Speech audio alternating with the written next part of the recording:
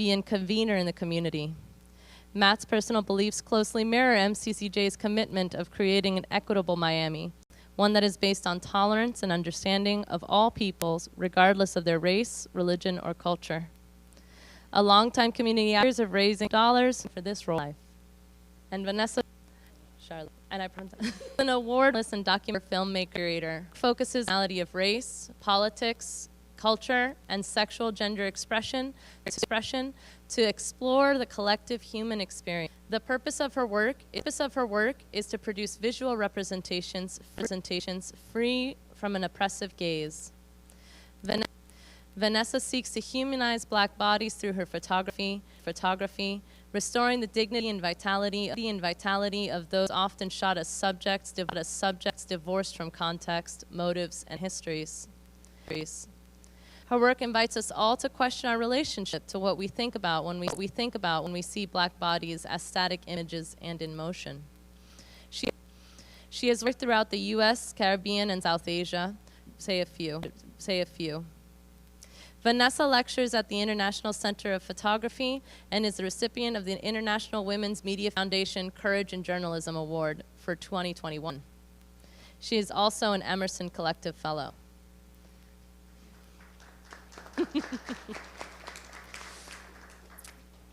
Is this still working? I don't know.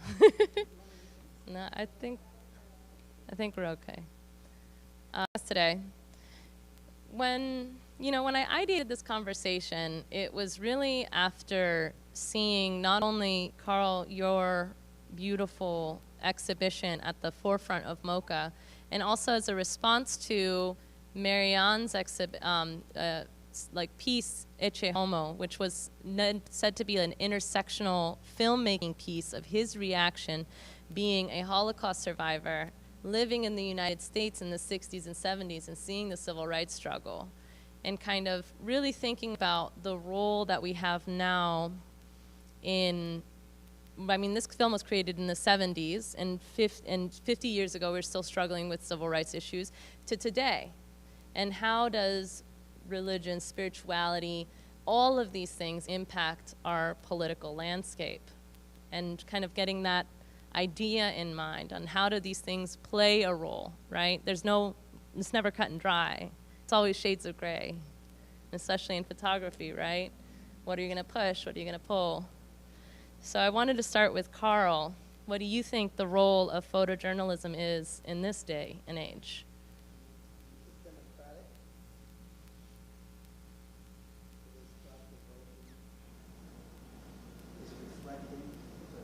It's diverse, because 1.2, 1.6 billion images are made with a device like this every day. We all are bilingual, because our first language is the visual. It's in which the operating system that the arts can work.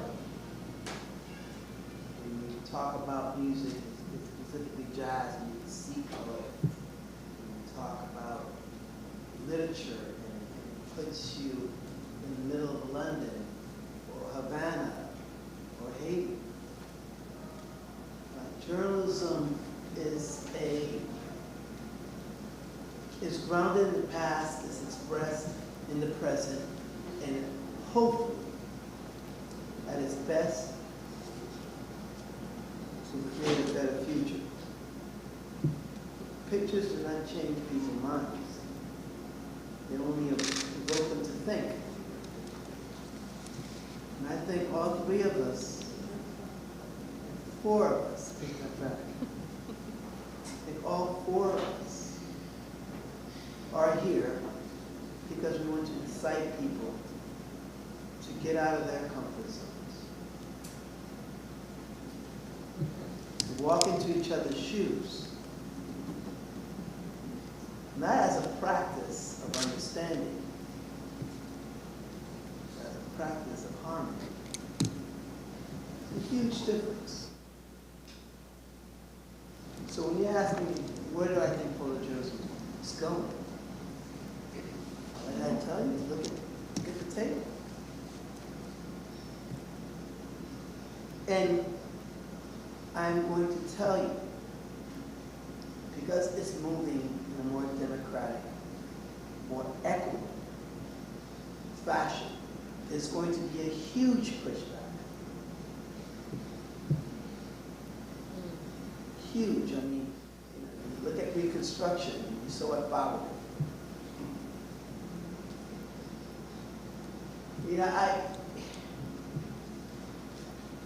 I once heard someone told me that oppression operates. Oppression is both hard on the oppressed and the oppressor.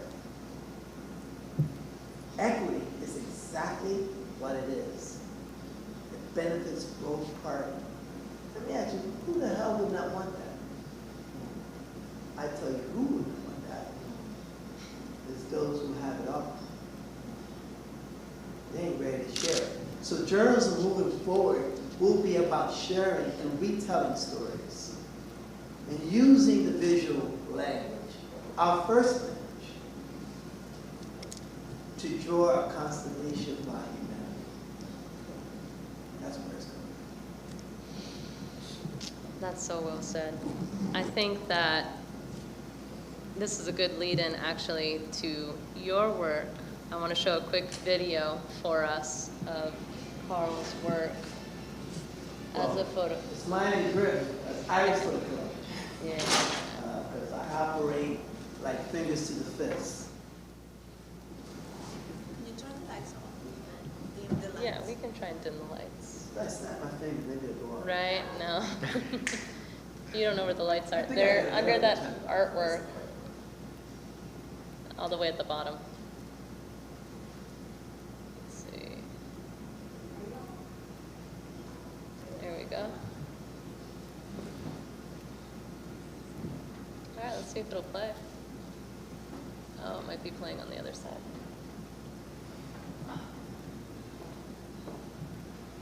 Here it is.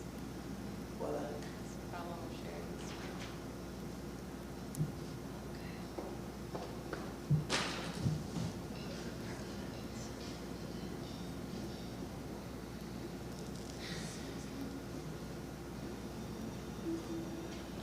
Down a forgotten street, a forgotten neighborhood sits a forgotten place. And no, that's not entirely fair. The people who live and conduct business in Brownsville, who have loved ones interred in Lincoln Memorial Park Cemetery, would likely protest that they have forgotten nothing. Lincoln Memorial Park is an amazing case study into the African American experience in Miami. It is very telling of the situations that blacks were put into, not only in life but in death. Is very revealing into the sorts of policies that were in place that would not just segregate people in life, but would also segregate people in death. In the early years, black folks and white folks were not buried in, well, even if they were buried in the same cemeteries, there was a section for the black folks, usually in the back of the cemetery. That's the way the City of Miami Cemetery is set up. In fact, when the City of Miami Cemetery filled up, they dug up bodies from that cemetery and took them up to Lincoln. You have Jim Crow when you're alive and Jim Crow after you're dead.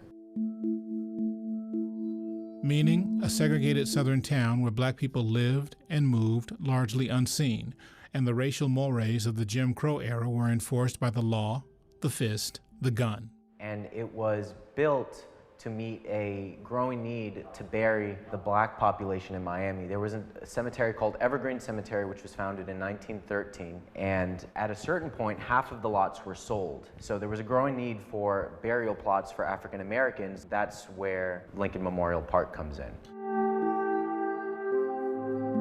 Lincoln is the final resting place for an estimated 10 to 30,000 African Americans, lynching victims and millionaires alike, pressed together in the equality of their legal inequality.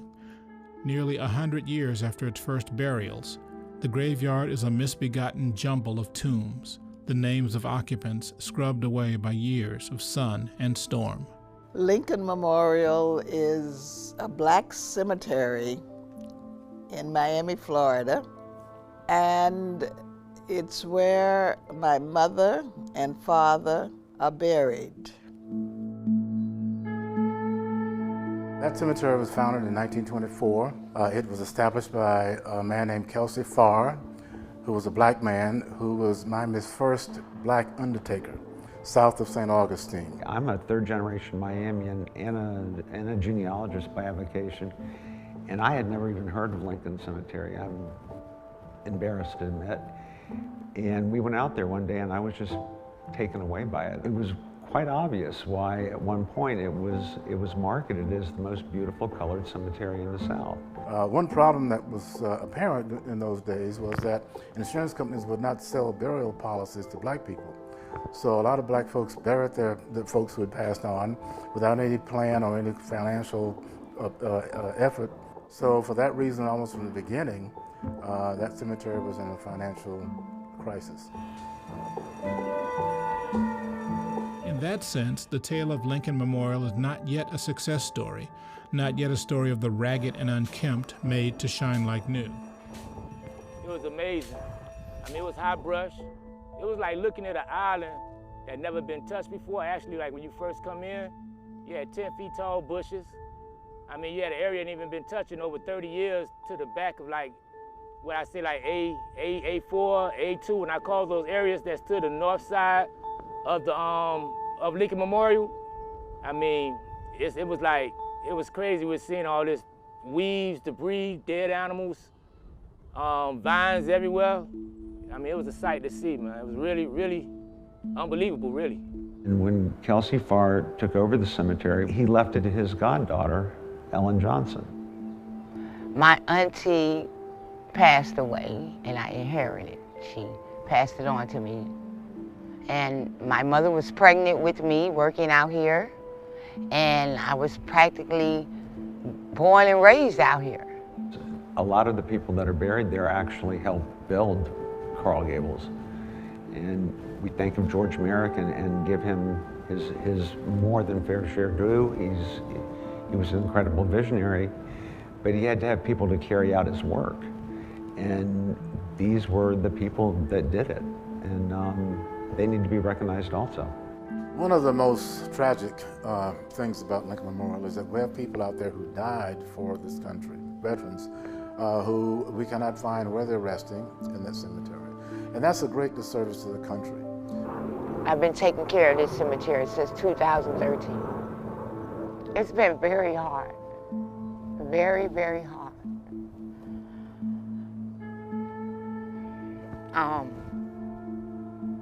It's undescribable, you know, really it is. I look at all this and the process I'm going through, and it's gonna get better. I know it's gonna get better, but it's been a hard road. It's been a hard road. It's gonna take some time, and they're here with me, and they're not gonna go anywhere. And that's the good part, you know? They're not going anywhere, and I'm not either. This is Lincoln Memorial Cemetery, final resting place to the millionaire, the lynching victim, and the Tuskegee student whose mother died. Here, a shopping cart sits abandoned in the weeds. Here, the fence sags under the weight of its years. But here, too, fresh bouquets of red and gold flowers adorn a few of the tombs, and small American flags hang limply in the posts of that tired fence, their faded colors barely stirred by the breeze.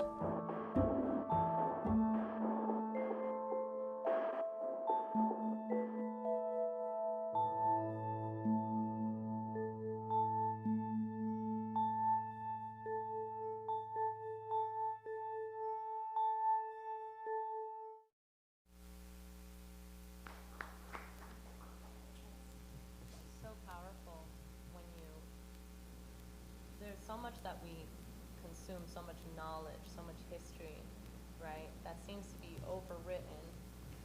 And if it's not for the works of photojournalists pointing the lens to truth, we'd really just lose it. So how can photojournalism be used in the political and the spiritual? It always has transformed our view of the Vietnam War, of the Civil Rights Movement, of child labor laws, of the Holocaust, which is right. I don't want to pin it on photojournalism only. I'm talking about visualization of trauma. okay, and the triumph of trauma. We were just having a discussion earlier about the fact that we have to move from trauma to triumph. And how do we do that in our own indigenous voices? And the way we do it is collaborating. It's finding people of common ground and common triumph. If I can move my storyline towards yours, maybe the Holocaust, maybe what's happening now in Ukraine, or maybe the struggle for freedom in Cuba. Because hell in Haiti is the same hell in Helsinki. It may not be described the same, but the pain remains the same. We get caught up in this idea of description of what hell, what trauma is. But you ask a child about pain, describes it the same way. It hurts my heart. It hurts my arm. It hurts, period. No, we're trying to talk about who has the hardest struggle. What did Tali Kweli says? It's like, drinking champagne, like slaves on a ship, trying to describe who had the baddest chain. It's ridiculous. Our struggle is real. And how I think the visual language, photojournalism in specifically, but art in general, because I do think that photojournalism is art and belongs in that museum, as well as paintings, as long as mixed media. We have a claim to that museum because we're constantly describing the human condition based on what we felt in the past, what we see in the present, and what we hope not to occur or do occur in the future. So as photojournalists, we operate on 3 different planes at the same time. Our art is not in terms of our product, but our art is in terms of our process.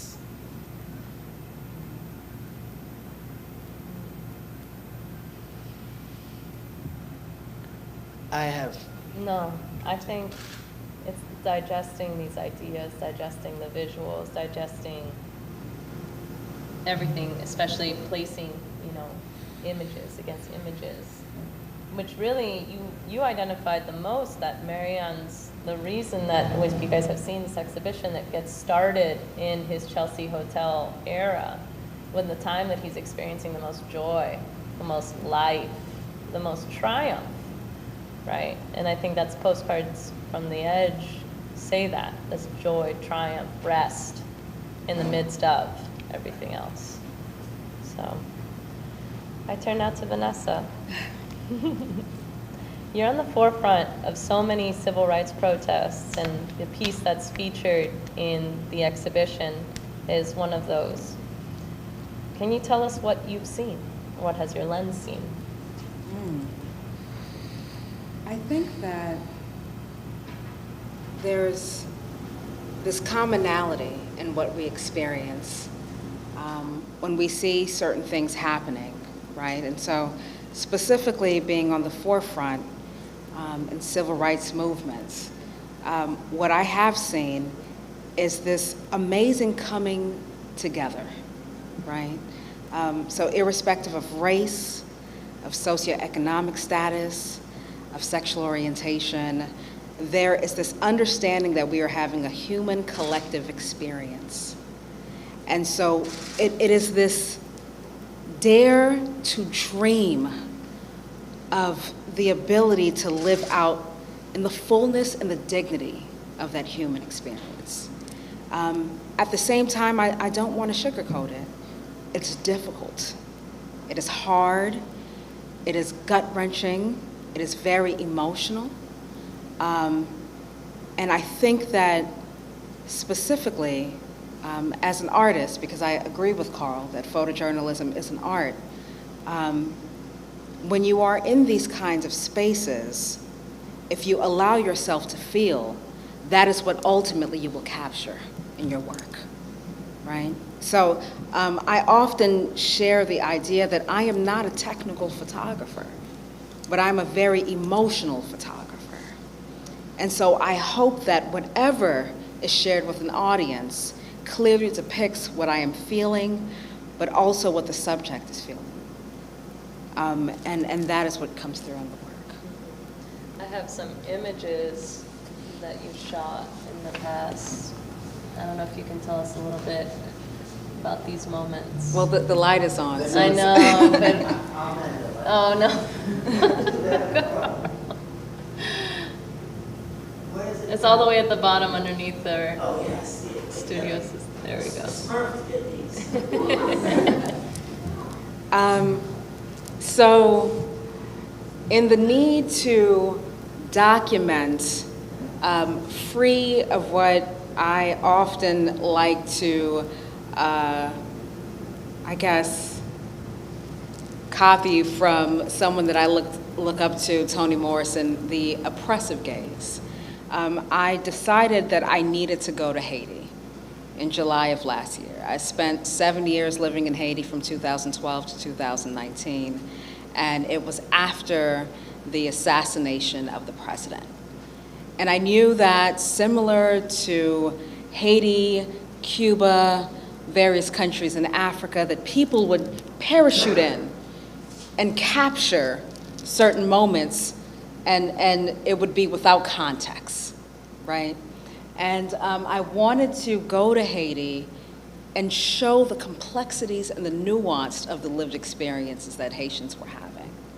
So what you see here is a crowd that is in the city center in Cap-Haïtien, which is a city in the northern part of Haiti that is facing a government building, and they are literally asking for some kind of accountability, and they want to know what happened to the president.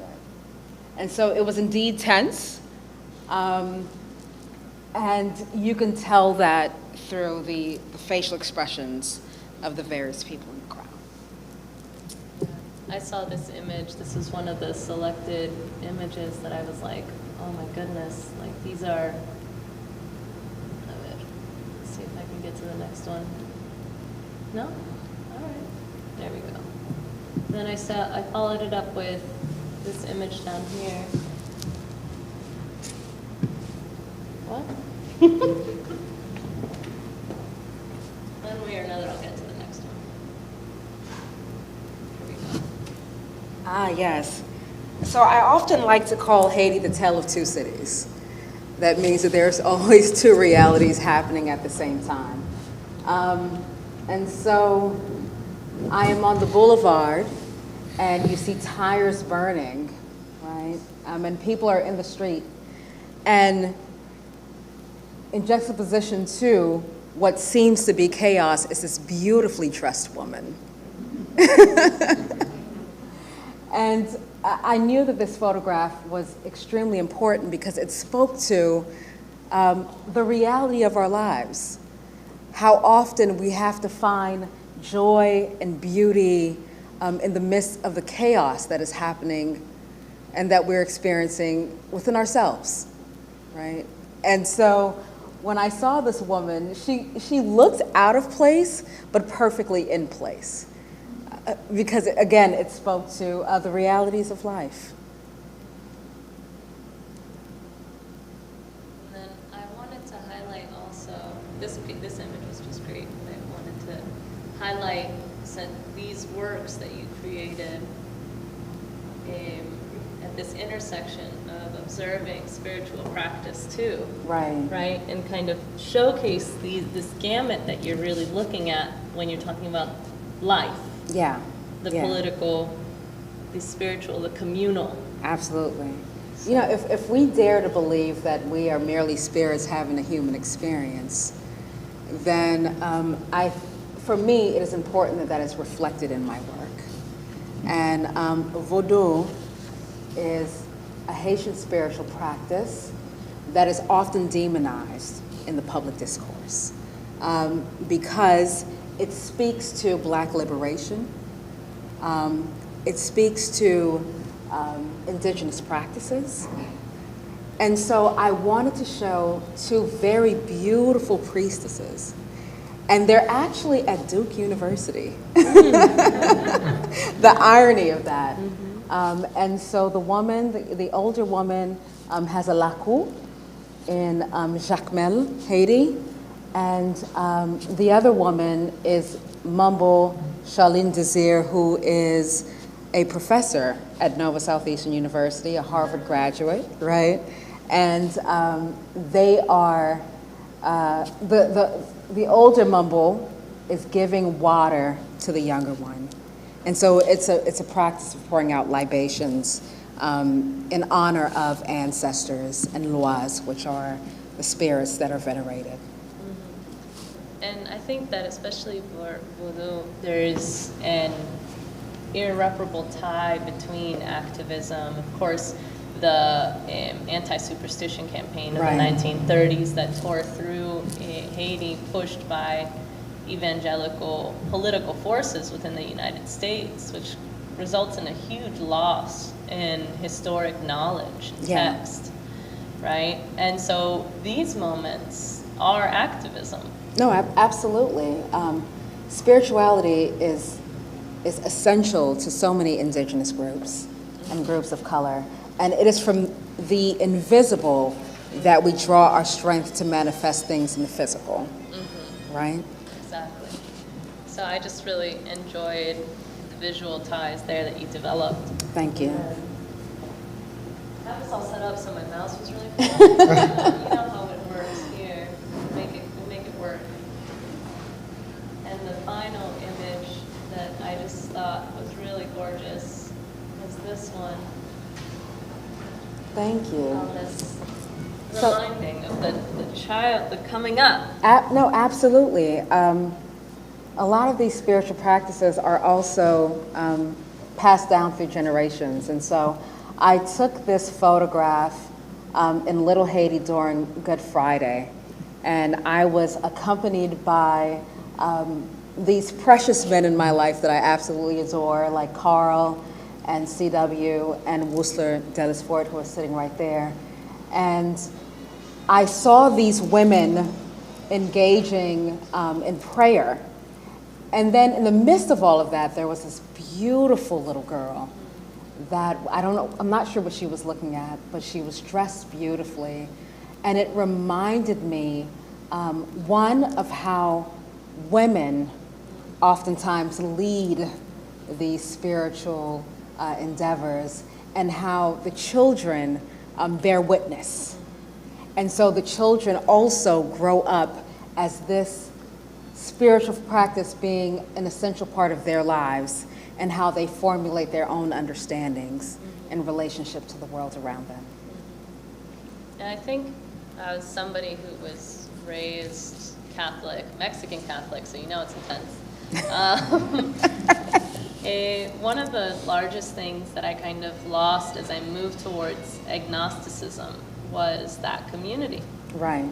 Yeah. That surrounding of women energies, and I think that it can't be understated the importance that spirituality can play in forming community, in creating political movements. I mean, we saw it in the civil rights and busing from churches, and yeah, absolutely. It's the lifeline, right? Like, it's the pulse to movements, to political activism, to everyday life.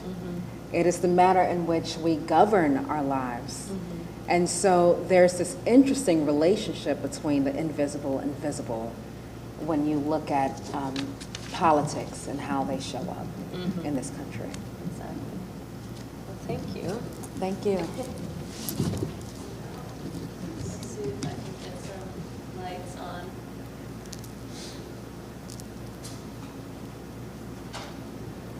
So I just want to put this as the background for as we move on to you, Matthew. Thank you so much for joining us. Thank you. So please tell us more about the mission of MCCJ. Sure. First, I want to say, thank you so much for having me. It's a real honor to be here with Vanessa and Carl. I think that in their work, it takes a lot of courage to allow yourself to feel, because you don't just capture that moment. You have to process it over and over again, and every time you process it, you feel something really different. Absolutely. So MCCJ has been in this community for a long time. It's a social justice organization with interfaith roots. And we used to be part of a very large national organization called the National Conference of Christians and Jews. And that organization came about in the late 1920s when hate groups like the Ku Klux Klan were gaining power. And a group of Catholics and Jews came together and said enough is enough, and let's figure out how we can lock arms and figure out how to stop this. And out of that came one of the the oldest clergy dialogue in the country, which still exists today, that we're part of, where you have priests, rabbis, imams, Buddhists coming together, sharing ideas and doing activism together in the community. Here in Miami, we do a lot of work with children in the school system. We do a lot of anti-bullying and conflict resolution in the schools. We have a camp called Camp Metrotown, where you have kids. Well, Vanessa talked about Tale of Two Cities. Miami is also a Tale of Two Cities. So you have kids that come together that under normal circumstances that would never meet. They're together for a week. And at the end of the summer, they figure out that they're really not so different. And their lives are forever changed. We also do a lot of work in the world of what the mainstream calls DEI training, but we call it at MCCJ JEDI training, Justice, Equity, Diversity, and Inclusion training, because we figure that if you lead with justice, then you can accomplish a lot more. And that came out of a study at Stanford University, and we're doing a lot of work with corporations, institutions of higher learning, and not-for-profits. Our work throughout Miami's history has really been as conveners, to give this community a safe place to have really tough conversations. And right now, Miami's at a juncture where we need that safe place to have these types of conversations, because we need healing and we need light. And that's why conversations like tonight are so important. When Amanda asked me to be a part of this conversation, I knew it was a big honor, but I didn't know how much I needed this conversation, especially until the days leading up until this conversation, where I started getting my mind wrapped around what I wanted to talk about. This morning I started my day off watching Marianne's video, and Marianne's video brought me back to 2006 when I was in Israel visiting Yad Vashem, which is the Holocaust Memorial in Jerusalem. And I remember being at Yad Vashem, just being sick to my stomach for the whole day, because of what I saw and what I felt. And watching Marianne's video today, it brought me back to feeling that those same sentiments in my belly and in my heart, because you had a Holocaust survivor talking about exactly what he experienced. And it's kind of strange how tonight my day's ending watching Carl's video talking about Lincoln Memorial. And I saw Marvin Dunn, and I saw Enid Pickney, who also experienced a great amount of trauma, being raised in South Florida not long ago, where they were treated as second-class citizens with very little rights. And what I admire about the work that Carl put together, and is that Enid Pickney and Marvin Dunn are figures in South Florida that not only don't allow us to forget our past, but also give us hope that we can move into the right direction to having light and happiness. And I don't think that Amanda knew that when she was putting the panel together, she was bringing 3 people of Haitian descent together. And And you know, when Vanessa brought that, when we saw Vanessa's photo after President Moise was killed, that kind of closed my circle, because I didn't have a real visual besides what I saw in the newspaper. I wasn't able to really have the feels.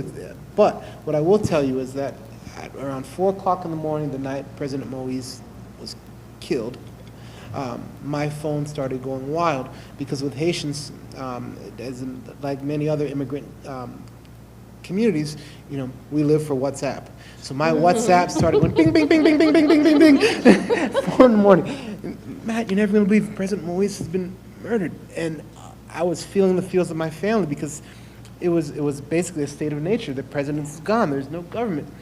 But I didn't have a visual like that, and I thank you so much for closing that circle for me. I think you've touched on so many things, political, historic, and creating a space to have these kinds of conversations, right? So we can have that hope spring move forward. Because right now, there is movement to limit conversation, to limit a learning of history, to limit an understanding of the reality and truth of what's going on. And so I think that creating these well spaces to encourage this dialogue, to encourage the visuals to remember, to encourage that nothing is stepped over, is so important. And, you know, what do you think could foster a greater understanding between all of these communities that exist, even just here in North Miami or Miami-Dade in general? I think it starts with first letting people know that they're valued and their voices are valued, you know, especially with our youth. We just started working with a school here in South Florida called KIPP Liberty Academy, and we're bringing our Student Voices program to KIPP. And as we were rolling it out and my team was talking to the students, there was a 5th grader that said, you know, I've experienced racism, and I have a story to tell. And I think that for an 11-year-old to say something like that is profound, and giving a kid that, letting a kid know that they're valued from that young age will allow them to not be afraid to use their voice the older they get, and know that, you know, the possibilities for them to be successful with whatever the direction they want to take are endless. You know, again, Tale of Two Cities. You have kids in this city that, you know, live a mile from the beach but have never seen the ocean, or they've never gone to see the New World Symphony play, or in some cases been here. You know, one thing I admire about MOCA, I mean, this place feels like home for me, is that, you know, from the very beginning, before it became cool, you started exposing young kids to the arts and giving a place, and not letting the arts feel like it's a place, museums feel like a place that's just for the rich, and a place that's not intimidating. Carl's also has been involved with the Underline. I think the Underline is an amazing place to make the arts feel comfortable for everyone. People often talk about being on one side of the tracks or the other side of the tracks. The Underline is, you know, makes people know that we're all in the same line, and that arts are for us all. So I think it's making the arts accessible, not intimidating, and letting people know that the voices are valuable are the important first steps. Yeah. No, I was really, really blessed is the only word I could think of to inherit a program at MOCA that has been serving teens for 20 years. We have teachers that graduated from this program that are back teaching, and I will never stop saying that because that's incredible. Like that kind of full circle support. So yeah, this institution I think has made a lot of changes to the landscape.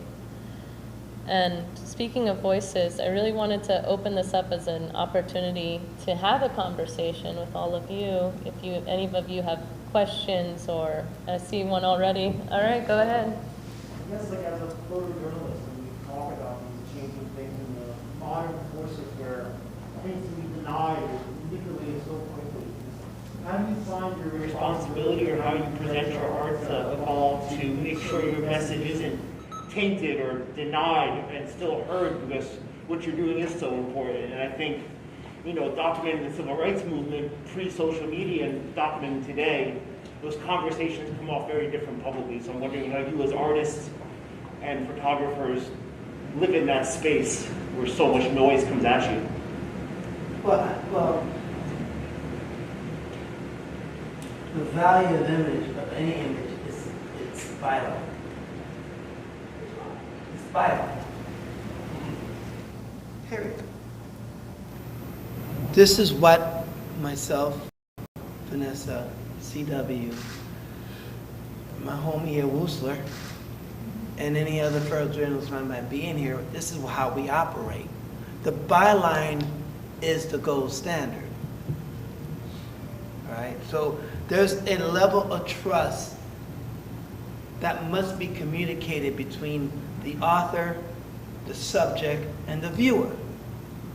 Because images have, photojournalism specifically, operate on three legs. You cut any of those legs off, it falls down. So I do not fear digital and meta reality because I operate in truth. You understand? Because no more than the bird fears gravity. Let's talk about the interpretation of that image more. If somebody you put out this positive image that to you is this image of strength, and somebody, whether it's looking at, you know, something post a murder of a president or somebody out in the streets during a Black Lives Matter protest, let's use an image of strength and power, where someone else in this world is so quick to find the negative of it, to look in the background at a burning building or whatever they can find, and that image becomes something that it's not. Well, it's about balance, right? Right? Absolutely. I'll say this. You can't always control how you perceive your work, right? And so I think what Carl was saying was so poignant, and that as photojournalists, it is important that you not only study the craft, but you also immerse yourself in literary works, right? So if you're looking at something like civil rights movements, but you're not reading the works of James Baldwin, you aren't really looking at what Toni Morrison has said, you aren't reading Octavia Butler, you aren't reading prolific thinkers, right? You aren't looking at the literary works of James Cone, then you don't really understand truly how to speak about the work. So as photographers, it's more than just creating a visual image. It is also your ability to translate that to the audience so that it is very clear what your intention is. Now, after that, someone may choose to completely ignore your intention, right? But within yourself, you know clearly why you have produced this work and the message that you're trying to convey to the larger society. I think the key word is intention. You know, and again, if the intention is pure. Look, I don't make a picture that's definitive. That's bullshit. That's BS.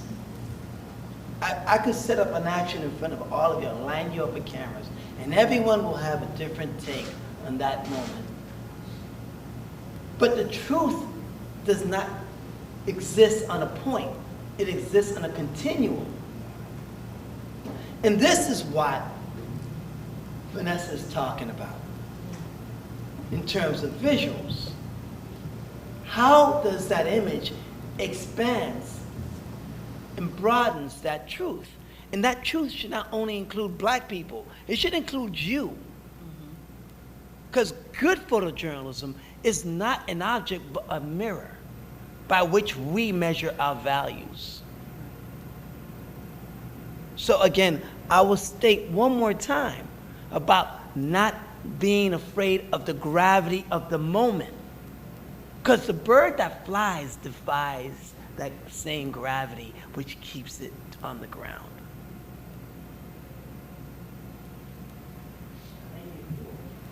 Wonderful question. That's a wonderful That was- question. Yeah, Wonderful question. Do we have any other questions for any of our panelists? Mm-hmm. I don't have a question. I just want to say thank you. Because I can't tell you how many times I've opened up the mural, and I read it every day, and I have for years. And the picture that stops me is yours. The picture that takes my breath away and makes me feel what I believe that you're feeling when you took that picture is absolutely incredible today. Well, we're grateful to have you. When you asked me about the future, it's right in this room. It's you as much as it is us. Because I said in the opening that we all are bilingual, eventually. Because it is the visual language that connects us. It is the visual language that allows us to create this constellation of our humanity.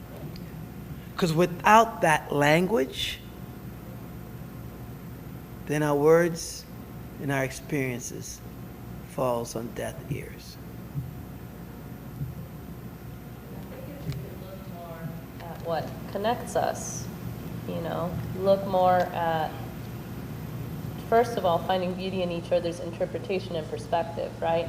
Because if I look at work and Carl looks at work and Vanessa looks at work and Matthew looks at work, we're all going to be coming not only from different languages, personal languages, different perspectives, different histories, different traumas, different interpretations. So we're all going to be able to look at something and still read it differently. Has the thing changed? No. But we can come together and have this wonderful, beautiful conversation that elaborates on what brings us with the similarities, that celebrates the differences without ignoring them, right? And I think that that commonality can bring us together in a really good conversation, in a song. We talk about all these lofty ideas of this kumbaya moment. Now this thing is real. Nobody jumps on a boat to come to America with the chances of dying just because he wants to feel good when he gets here. No one comes here for a job. No one comes here for a better position, stature in life. They come here for something that they cannot even tangibly hold. You asked me to describe hope, and it's a match in the darkness.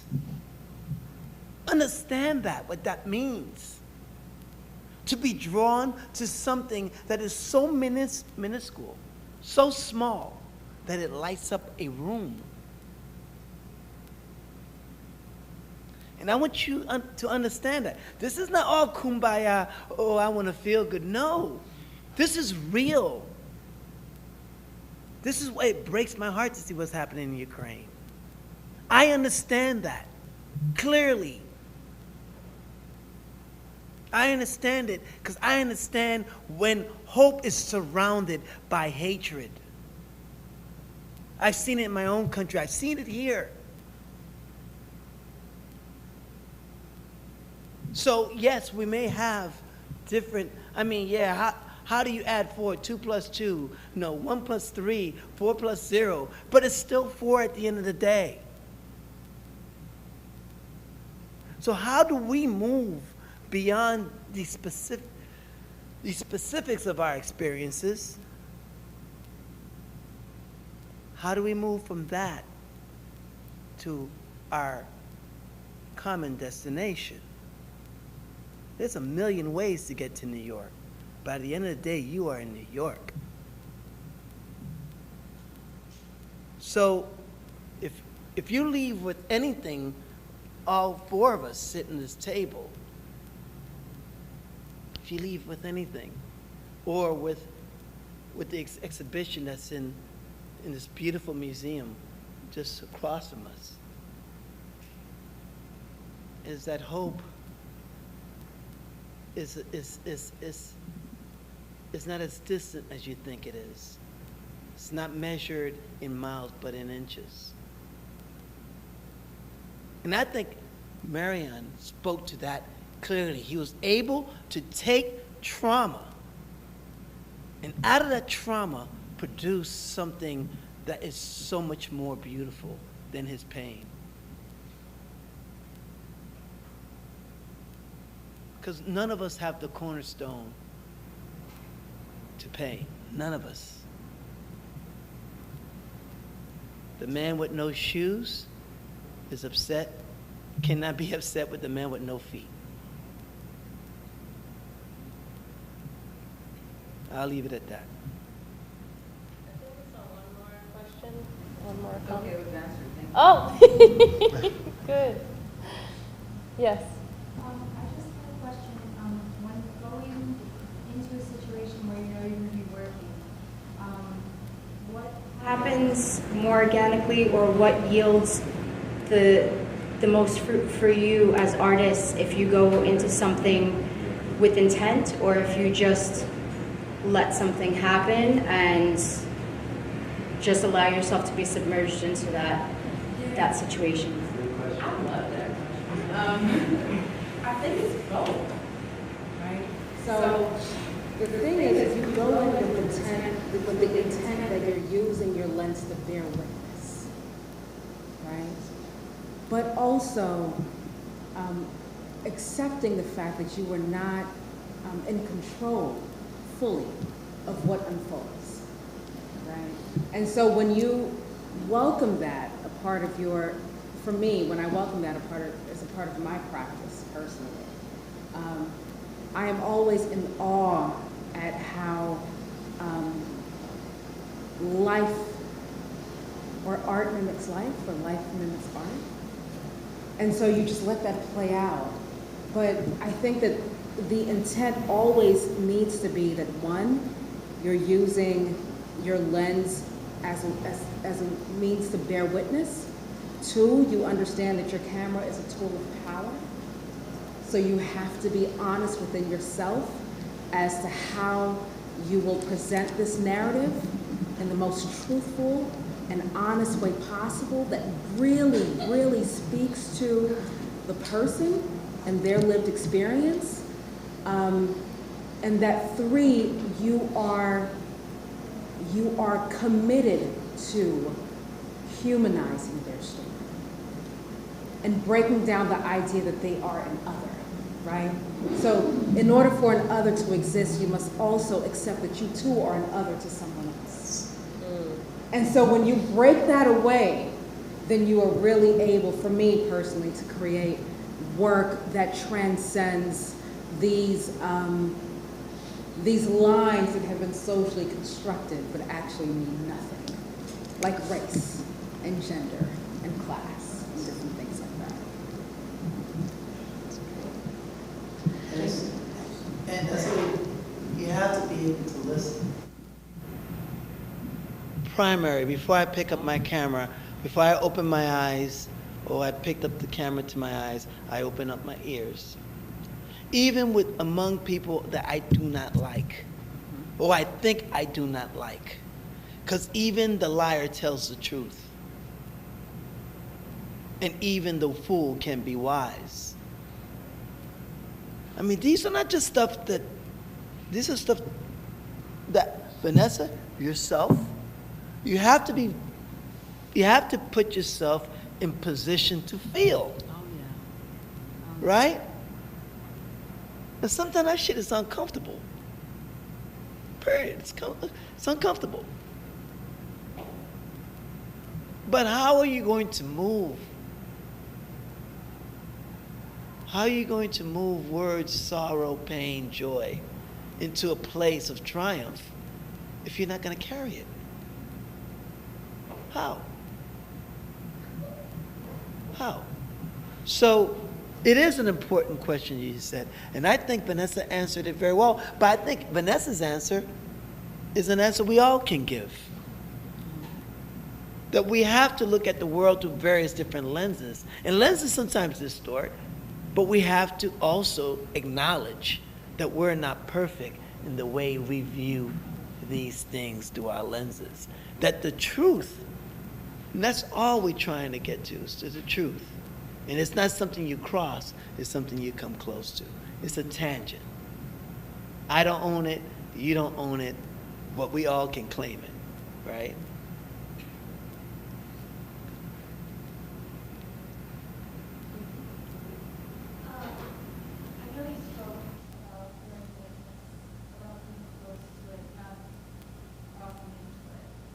But have there been moments, and I'm sure there have, in photojournalism, where you have seen something where you come across, should I put my camera down, or should I get involved? And was it, you know, what kind of questions come up? Because I would think maybe me getting involved right now and putting down the camera won't be the witness, be the message that I need to give, like if I were in that position. But I guess I wonder what kind of rules or moments or thoughts came from that kind of interaction with your subject. Many times. Recognition is, you know, I'm first human before I'm anything else. I'm there to serve, period. If it's through my camera or through my humanity, I'm there to serve. And there's no picture I have made on this planet during my time, during my 33 years of existence, that I cannot defend. So if I saw someone drowning, I mean, my instinct was to take a couple of pictures, but if they're not coming out, you damn right I'm dropping that damn camera. Because what good is an image if it does not teach us? I agree with Carl. I also think that sometimes you have to be okay with the images that you don't take. Great point. And some of these images will be forever seared in your mind. But there are moments that I am definitely thinking about, is this an intrusion upon someone's privacy? And I often think about, if it was someone that I loved, would I want them presented to the world in this way? And if I cannot say yes, then this image will never see the light of day, or this image will never be created, right? I'm very mindful of that, because I know that there are moments for all of us when we're in our highest points and when we're in our lowest. And I think about, well, if this image that I make will not transform this person's suffering into joy, if it doesn't do something truly, then what is the purpose of this image?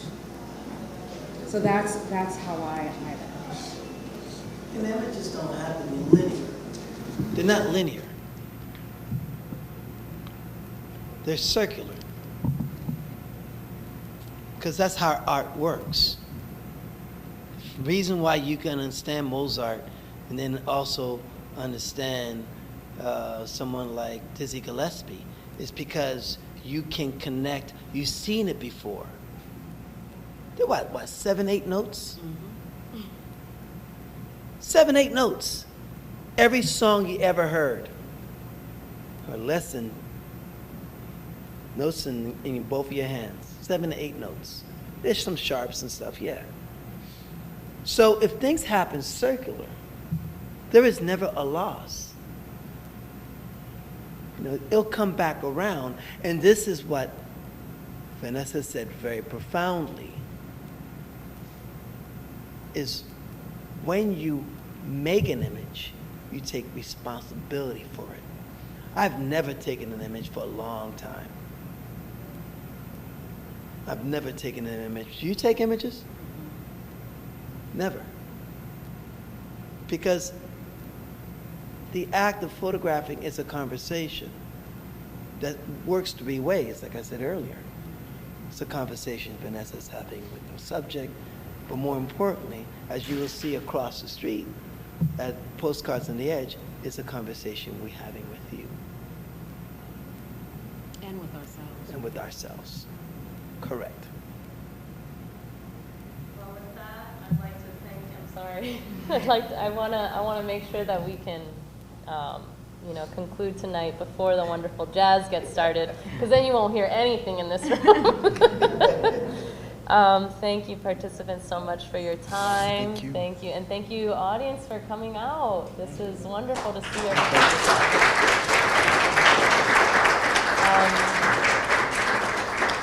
So my name is Marianne, and Postcard from the Edge, A Dispatch of Hope, are currently on view, and we're thrilled to announce the extension of the exhibition through September of this year.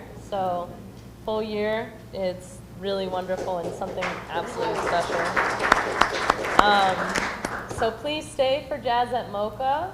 Please, try, I don't know, now you might have to really struggle to find a seat out there, but maybe we can move some of these chairs out.